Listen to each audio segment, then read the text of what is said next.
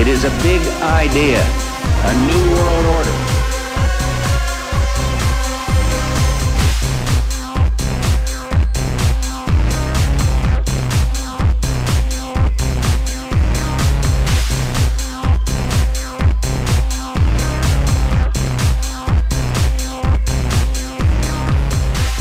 Your world is not what it seems.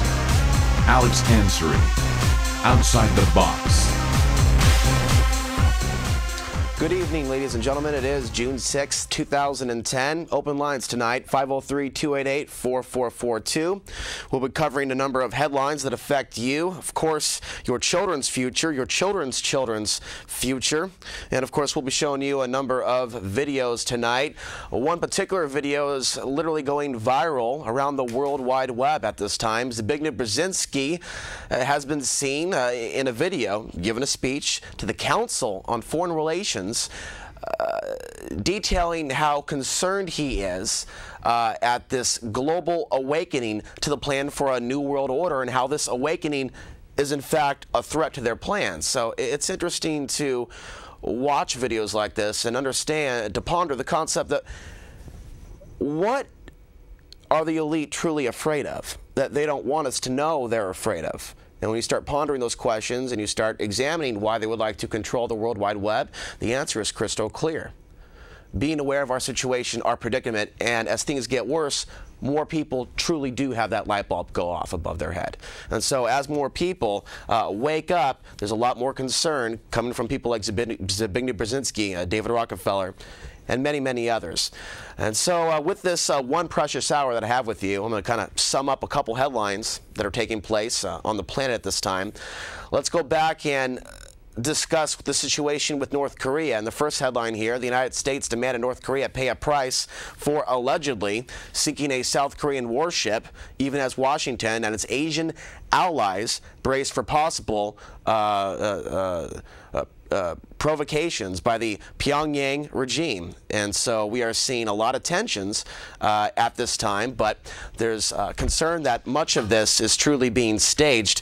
When you go to the next headline, we see that the sub-attack was near the U.S.-South Korean drill site. There are actually war games taking place same day, simulating the same type of attack. This sounds a lot like September 11, 2001. And so they actually, on the day that they were doing the drill, running the drill, a torpedo allegedly sank a South Korean patrol ship.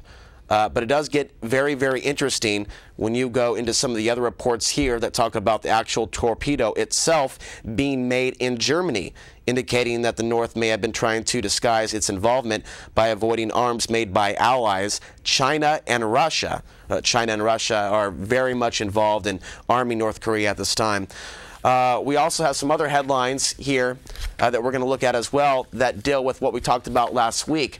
Rumsfeld, for example, gave weapons to North Korea back in 2000, and during the Clinton administration in the early 1990s, they were given light water nuclear reactors. And so all of this is documented.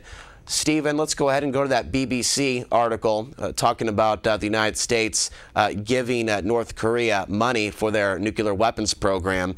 And so it's not that this information's hidden, it's actually out in the open. But a lot of people are distracted. Their backs up are literally up against the wall, worried about where their lives are going, that most people don't even know their own history.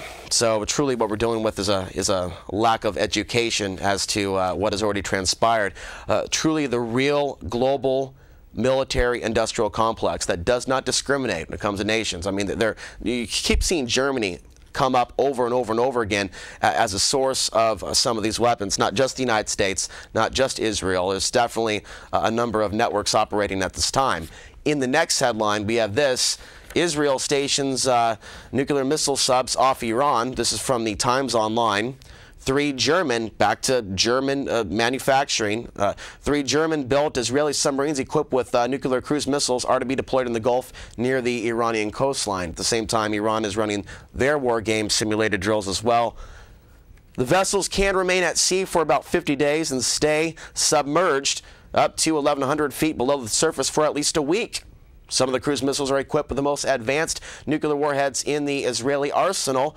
The deployment is designed to act as a deterrent. Again, I'm reading from the controlled mass media, mainstream media, gather intelligence, and potentially to land Mossad agents. We're going to go to the next headline, then we're going to go into this video. Obama secretly deploys U.S. Special Forces to 75 countries around the world. Obama has secretly sanctioned a huge increase in the number of U.S. Special Forces carrying out search and destroy missions against so-called Al-Qaeda around the world, with American troops now operating in 75 countries. The dramatic expansion in the use of special forces, which in their global plan go far beyond the scope of covert missions authorized by George W. Bush. Actually, during George W. Bush's tenure, special forces were operating in fewer than 60 countries. Now, since Obama's the president, so actually things have actually gotten worse. It's not because it's Obama, it's about the actual systems of control that control both Obama and Bush and many other presidents. You also see private contractors in terms of how many percentage-wise, it's gone up, I believe, 40% in Iraq and Afghanistan as well. And, of course, drone attacks on innocent civilians have been expanded. Okay, we're going to play this video. Some of you remember Mike Smith, a friend of mine that was on the show about a month ago. He made this video, Order Out of Chaos. And so we're going to go ahead and look at that. When we come back, we'll take some phone calls at 503-288-4442, and we'll get into some updates pertaining to the BP oil spill. Back in a few. You know, one day our grandchildren will look back on this time and ask, how was the war on terror won? The entire U.S. ruling class, ruling elite, comes to see terrorism as the preferred means, indeed the only means, to provide social cohesion, to provide an enemy image for the society to keep it together. According to neocon theory from Carl Schmitt, you have to have an enemy image in order to have a society. It's a very dangerous thing, because now it means that the entire social order, the political parties, intellectual life, politics in general, all based on a monstrous myth. Monstrous myth.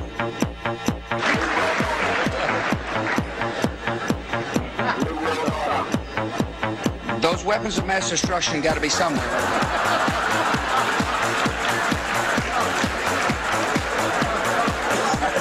Nope, no weapons over there.